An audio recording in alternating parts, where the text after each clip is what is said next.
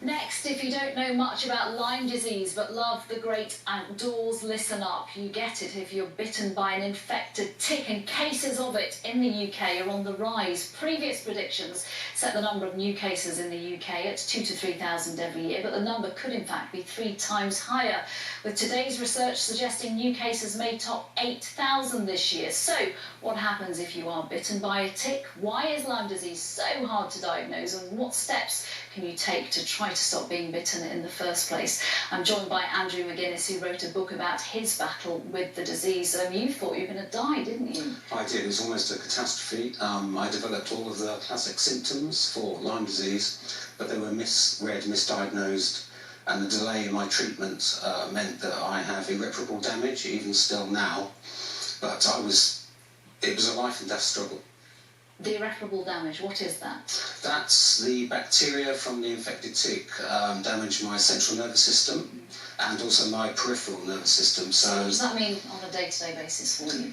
It means I have very strong painkillers. The messages are basically being sent incorrectly from my brain to my peripheral, my fingers and my toes and my hands. So it's an awful burning sensation. Because I had a neurological Lyme disease, which does affect the central nervous system.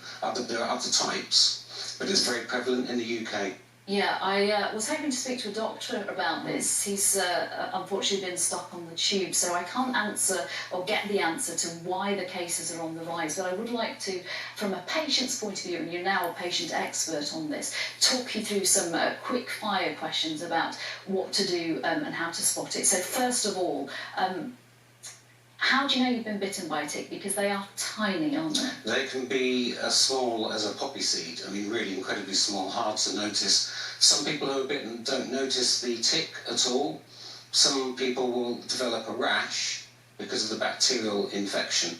Not everybody gets that rash either, so it can be incredibly difficult to detect it early, and that's critical for treatment, to be treated early. Yeah, if you find a tick, and as you say, size of freckle, what are you meant to do? You meant to pull the tick out or leave it in? It's best not to leave it in, but it's best to remove it with proper tweezers. And your GPs will have those. If you haven't got them in your own household, then don't smother it with Vaseline. Don't try and hoik it out with your fingers and snap it and break it, because you still get the bacterial infection. But the longer it's in there, it's more damaging. And your top tips for going out walking, cycling, anything to try to stop being bitten in the first place? I know it looks uncool, but trousers and socks, avoid the very long grass, stay on the beaten path, check your pets on children when you come back from the countryside. Bear in mind too that you can also pick up Lyme disease in your own garden.